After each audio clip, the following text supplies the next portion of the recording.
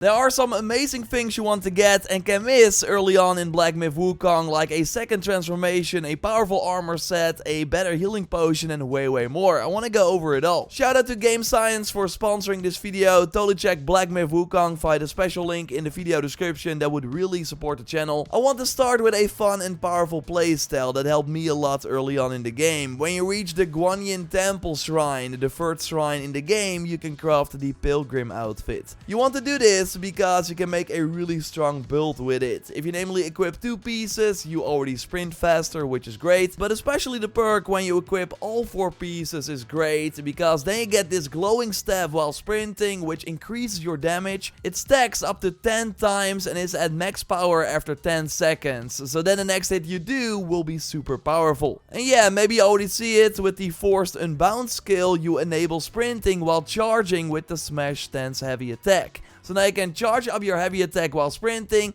and unleash that as your first move with the increased damage from the armor set. So now you can go into every encounter with a huge head start, and also during boss fights you can do this tactic a couple of times for a ton of damage. Like we said in our mistakes video, you totally want to spend 10 points in the stuff stances tree to unlock 2 extra focus points for that super powerful charged heavy attack, but also later skills like quick hand to increase the charging speed of the heavy attack, and then secondary damage, where the heavy attack deals more damage the lower the enemy's health, is also really strong. I got another build, but first want to quickly go over 2 settings. Like, maybe you already saw it in my gameplay, but I have damage numbers on. It's of course based on your preferences, but I think they work great in Black Myth Wukong, because then you really see the damage increases when changing something in your loadout, and when you do a critical hit, it will also be noted with bigger yellow numbers. So it's easier to tell when something was a crit, handy when you increase like your crit chance through skills and gear. I also like the auto lock-on when attacking that is automatically turned off. Like, this works especially great when doing that running charged heavy attack combo that you can miss if you're not focused on the enemy. Now with the setting turned on, you will lock onto the target, so have a way higher chance of hitting them. You can easily miss the second transformation that you can already get early on in the game. The first one is of course the wolf with the fire staff in the first area, like really where you start.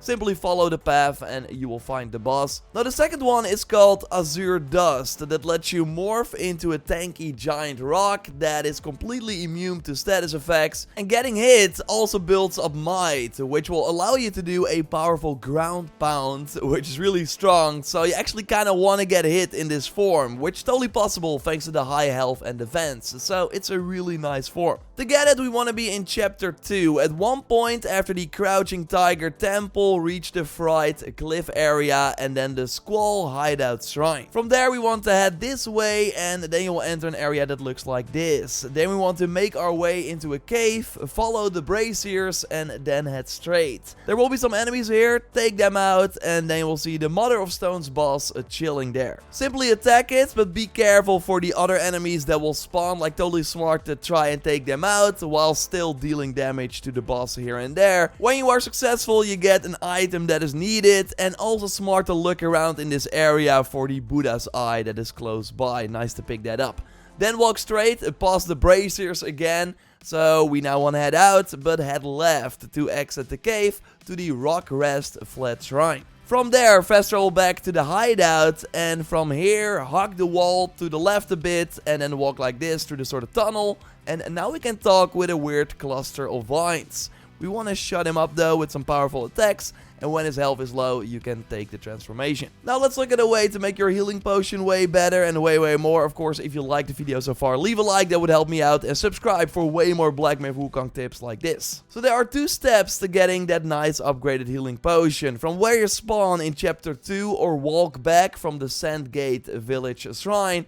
If you namely then make your way up the mountain from where you find the archers, so on your right hand side, they can also make your way all the way to the top to find an altar where the lamb brew potion can be found. So this one immediately recovers 20% maximum health. Sure, that is less than the regular one, but it then also slowly recovers 25% extra of your maximum health after that if you do not get hit. And we can make it even stronger. Return to the monkey at the Marsh of White Mist fast travel point, and then buy the the Celestial Lotus Seeds in the shop for 2400 will. Like this lets you recover even more health over time after using a gourd, and this stacks with the Lambrew effect. Like, you really notice the difference. This is the Lambrew normally, and if you then equip the Celestial Lotus Seeds, you notice that you're almost back to full health, which is pretty wild. Now, before I go over another powerful early game build, we need to do something to unlock that armor. And maybe while playing in Chapter 1, you've already noticed these bells.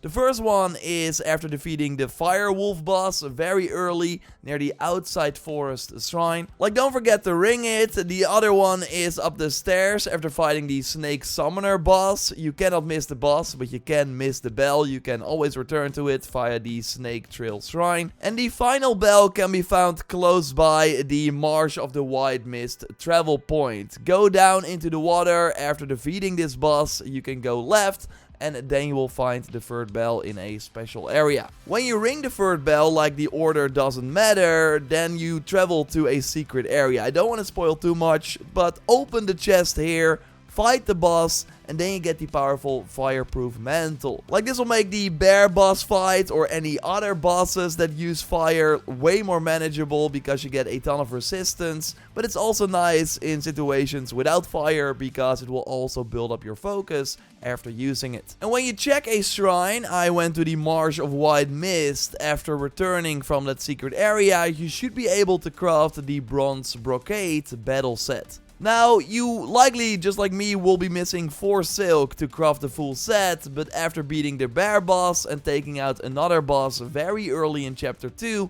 you will have enough silk guaranteed to fully craft it. And it will not only be the highest events you can get at that point, but also work really well in combination with the amazing Immobilize spell. If you namely crash an enemy's immobilization, which happens easily against regular enemies, or usually with heavy attacks against bosses, like then you will deal additional damage if you wear 2 pieces of this set. Wear the full set, and then you also immediately get some cooldown back for this ability, so can use it way more often during a fight and while exploring if you don't waste your mana on other things. Then spend some skill points to improve the immobilization spell, like increasing the damage dealt against immobilized enemies. Another skill is great against bosses. Use the immobilization effect to do light attacks, and then the next time you cast the immobilization effect on the enemy again, it will last longer. And Spirit Shards is amazing too. On level 30 you unlock this, as then you get a bit of mana back when crashing the immobilization effect.